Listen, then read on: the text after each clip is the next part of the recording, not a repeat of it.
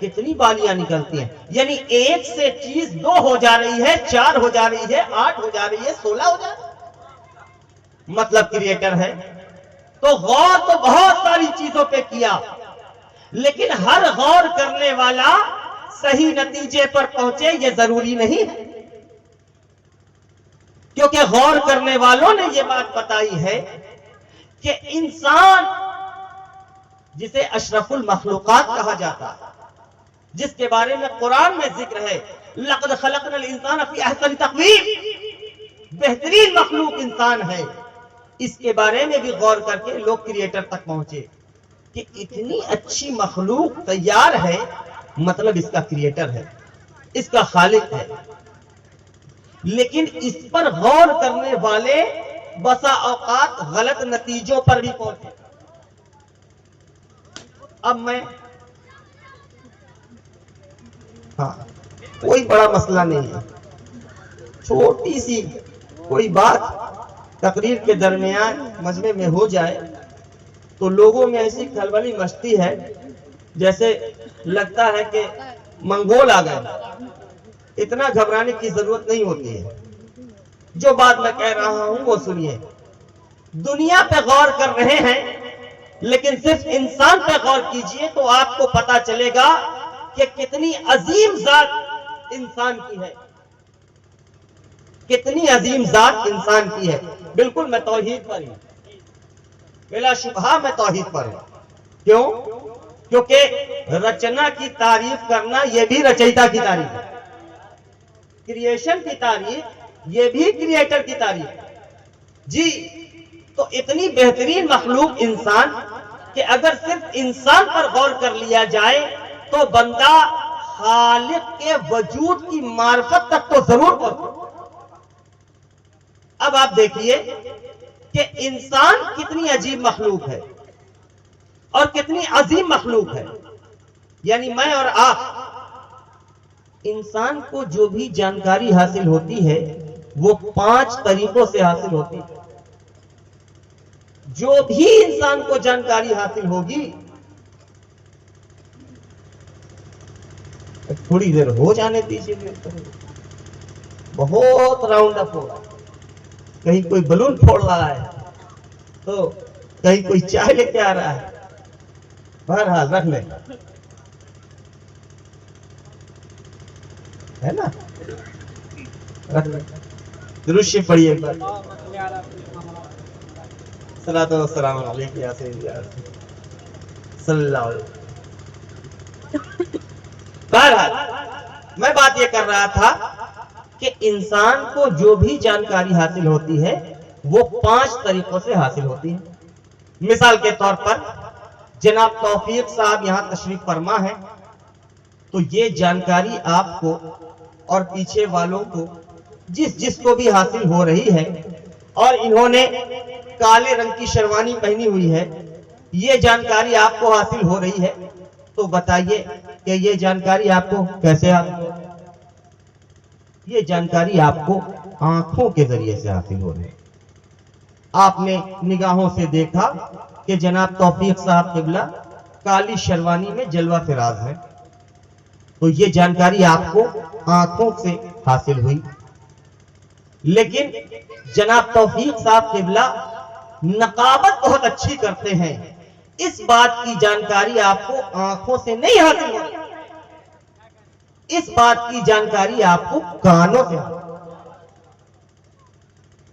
دنیا میں پوری زمین پر انسانوں کو جو بھی جانکاری حاصل ہو رہی ہے, دنیا کے تحقیق کرنے والے لوگ, فلاسفہ, ویگیانک, سائنٹسٹ, وہ کہتے ہیں صرف 5 طریقے ایسے ہیں جس سے انسان کو جانکاری حاصل ہوتی ہے.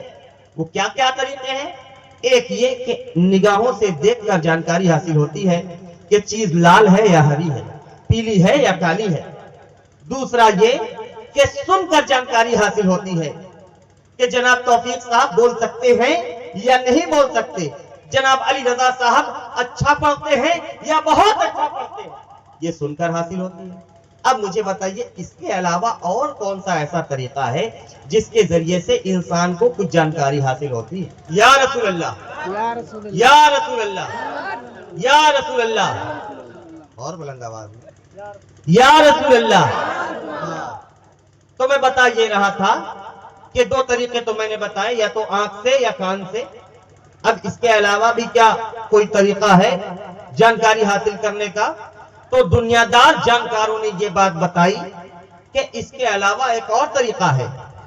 ابھی مجھے پھول پہنایا گیا، یہ پھول خوشبو دار تھا یا بدبو دار تھا، اس بات کی جانکاری نہ آنکھوں سے ہو سکتی ہے نہ کانوں سے۔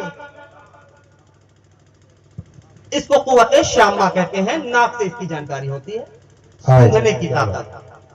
اب ناک سے جو جانکاری حاصل کی جا سکتی ہے وہ جانکاری آنکھ سے نہیں حاصل کی جا سکتی، اور آنکھ سے جو جانکاری حاصل کی جا سکتی ہے ناک سے وہ جانکاری نہیں حاصل کی جا سکتی۔ کیا بات؟ دنیا دار جانکاروں نے بتایا اس کے علاوہ بھی طریقے ہیں۔ وہ کیا ہے؟ ایک اور طریقہ جانکاری حاصل کرنے کا۔ وہ کیا؟ آپ یہاں دعوت میں آئے ہیں، محفل میں آئے ہیں، محفل کے بعد فاتحہ ہوگا، شیرنی بٹے گی، تبرک بٹے گا۔ اب وہ تبرک چاہے وہ بریانی ہو یا جلیبی ہو یا سموسا ہو یا کچوڑی ہو، وہ میٹھا ہے کہ نمکین ہے، کہ تیتا ہے کہ پھیکا ہے کہ کڑوا ہے، اس بات کی جانکاری اور اس بات کا علم آپ کو نہ آنکھوں سے ہو سکتا ہے، نہ کانوں سے ہو سکتا ہے، نہ ناک سے ہو سکتا ہے، کیا بات؟ یہ زبان سے ہوگا۔ بہت چار طریقے ہو گئے، توجہ ہے آپ کی؟ چلے تھوڑی دیر گفتگو نا، انسان کی بات کر رہا ہوں کہ انسان اتنے طریقوں سے جانکاری حاصل کرتا ہے۔ یہ چار طریقے ہوئے، پانچواں طریقہ کیا ہے؟ پانچواں طریقہ یہ ہے کہ یہ میرے سامنے رکھا مائک یہ نرم ہے یا سخت ہے، سالڈ ہے یا پلپلا ہے، اس بات کی جانکاری نہ دیکھ کر ہوگی، نہ سن کر ہوگی، نہ چکھ کر ہوگی، نہ سن کر ہوگی، بلکہ چھو کر ہوگی۔ چھو کر ہوگی، اسے ٹچنگ پاور کہتے ہیں، کہ ہم ٹچ کر کے یہ بات کنفرم کریں گے کہ یہ ٹائٹ ہے یا ملائم ہے۔ یہ پانچ طریقے ہیں۔ انسان کو جو بھی جانکاریاں حاصل ہوتی ہیں، دنیا دار جانکاروں نے یہ بات کہی کہ انہی پانچ طریقوں سے یہ جانکاریاں حاصل ہو سکتی ہیں، اور انسان کو جو بھی جانکاری حاصل ہوگی وہ انہی پانچ طریقوں سے حاصل ہوگی، ایسا دنیا کے جانکار لوگوں نے بتایا، ویگیانکوں نے، فلاسفوں نے بتایا۔ اسی کو حواس خمسہ کہتے ہیں، اسی کو پانچ اندری کہتے ہیں، اسی کو 5 سینس آف ہیومن کہتے ہیں۔ تو دنیا دار جانکار یہ بات کہتا ہے کہ انسان کو جو بھی جانکاری حاصل ہوگی، اور تحقیق کے بعد یہ کہا جاتا ہے کہ جو بھی جانکاری حاصل ہوگی وہ انہی پانچ طریقوں سے ہوگی۔ لیکن اللہ اکبر، جس نے دین پڑھا ہے وہ ہرگز اتنے پر اکتفا نہیں کرے گا۔ کیا بات ہے؟ جس نے دین پڑھا ہے وہ دنیا دار جانکاروں کی بات نہیں مانے گا، بلکہ احمد مختار کی بات مانے گا۔ کیا بات ہے؟ بہت خوب، بہت خوب۔ جس نے نبی کی شریعت پڑھی ہے، دین پڑھا ہے، وہ کہے گا نہیں، دیکھو دین میں جانکاری حاصل کرنے کے اس کے علاوہ بھی طریقے۔ اب وہ طریقہ کیا ہے میں آپ کے سامنے پیش کرتا ہوں۔ دین تصور پیش کرتا ہے کہ نہیں، صرف اتنے طریقوں سے ہی جانکاری حاصل نہیں ہوگی، بلکہ تمہارا رب کعبہ جس نے کل کائنات کی تخلیق کی، وہ اگر چاہے تو تمہیں اس کے علاوہ طریقوں سے بھی جانکاری حاصل ہوگی۔ کیسے؟ حضرت عمر بن خطاب رضی اللہ تعالیٰ عنہ مسجد نبوی کے منبر پر کھڑے ہوتے ہیں اور خطبہ دے رہے ہیں۔ خطبے کے درمیان آپ نے آواز لگائی، یا ساریہ الجبل، یا ساریہ الجبل، پہاڑ کی جانب توجہ کیجئے۔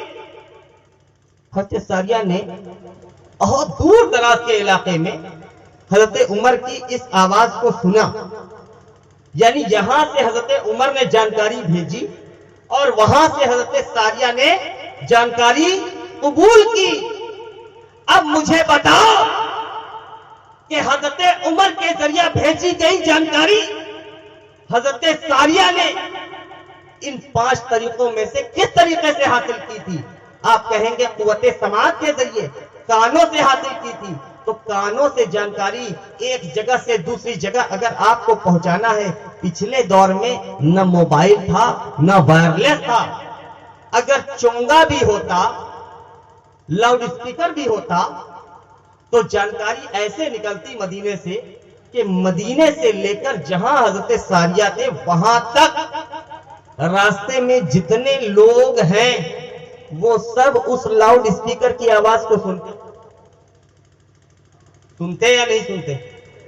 لیکن بیچ والوں نے نہیں سنا، یہاں تک کہ پہاڑ کے اس پار والوں نے بھی نہیں سنا۔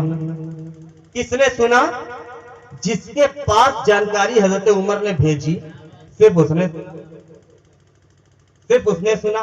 اس کا مطلب یہ عام زندگی میں جانکاری لینے دینے کے جو طریقے ہوتے ہیں، اس کے علاوہ کوئی طریقہ، اس کے علاوہ کسی طریقے سے حضرت عمر نے یہ جانکاری وہاں تک بھیجی۔